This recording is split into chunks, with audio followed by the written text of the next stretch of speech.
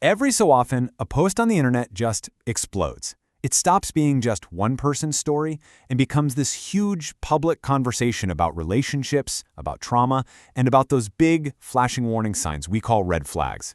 Today, we're going to break down one of those viral Reddit posts that did exactly that. We're going to look at what happened, sure, but more importantly, what the internet's reaction says about empathy and, about manipulation. All right, let's get into it. It all kicked off with this question right here, posted to Reddit's Am I the Asshole community.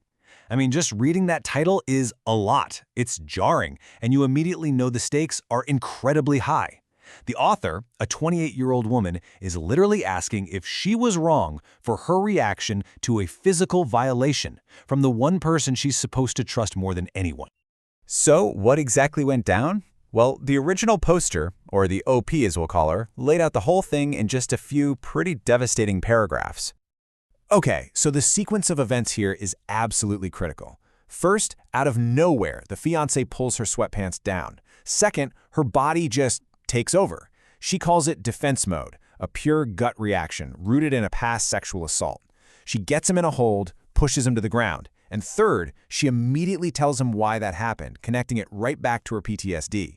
And that explanation, that's the moment the whole story pivots. Now, you'd think, right?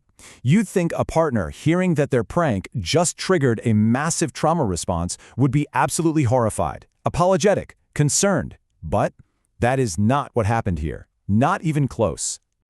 And this slide, this just lays out the whole conflict. On the left, you've got what actually happened. He got angry. He accused her of hurting him. He called off the wedding, just like that, and then he just checked out. And on the right, you have what thousands of people on Reddit said was the only sane, humane response: instant regret and a total focus on making sure she was okay. The gap between those two reactions is just staggering. And that's where the real story is. This quote from the OP, this is the detail that I think really hit a nerve for so many people. While she's in another room, completely falling apart, he first thinks she left, and then he's giggling with their dog. It paints this just chilling picture of someone who is completely emotionally disconnected. To a lot of people, it read as just cruel. So this is the question she put out there to the world. Was her physical, trauma-driven reaction the bigger problem, or was it his prank and the way he acted afterwards? Well, the community was more than ready to weigh in. And when I say the community had an answer, it was a clear, unified, and absolutely overwhelming verdict. The verdict was NTA. For anyone who's not a big Reddit user, that stands for not the asshole. It's the community's way of saying you are 100% not in the wrong here. But the verdict itself isn't even the most interesting part. It's the why behind it that's so powerful. You see, people didn't just say she was right.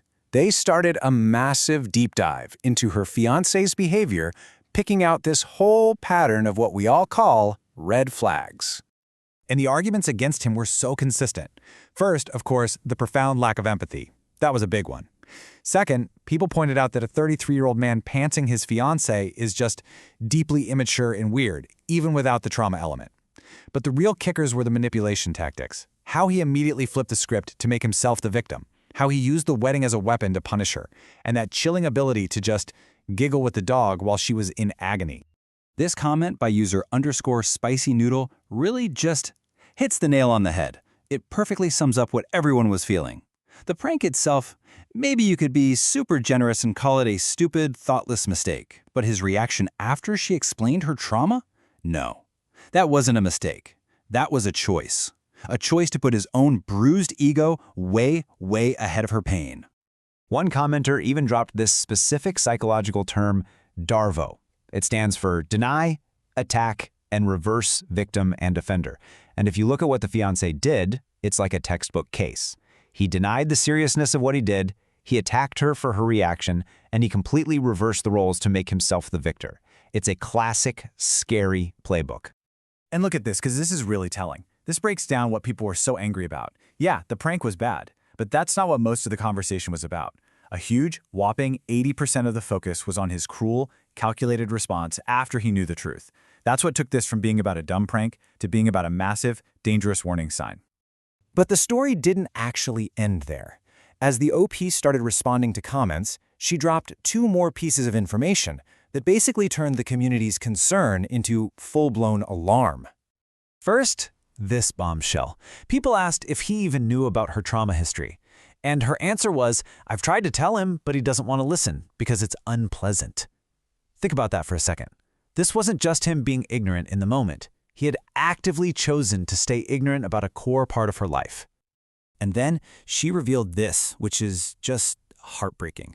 She's autistic and has a history of misjudging people's intentions. That's why she came to Reddit in the first place. She was genuinely, honestly asking if she was the one misreading everything. This just adds this whole other layer of vulnerability and explains why she would doubt her own gut reaction, which was, by the way, completely valid. So putting those two things together, it just sealed the deal for everyone. This wasn't a one-off fight. It was a perfect snapshot of a toxic relationship dynamic, where one person completely shuts down any real emotional connection, and the other has been conditioned to doubt their own reality. The community's advice was crystal clear. This was a bullet dodged. And that really leaves us with this final question, doesn't it?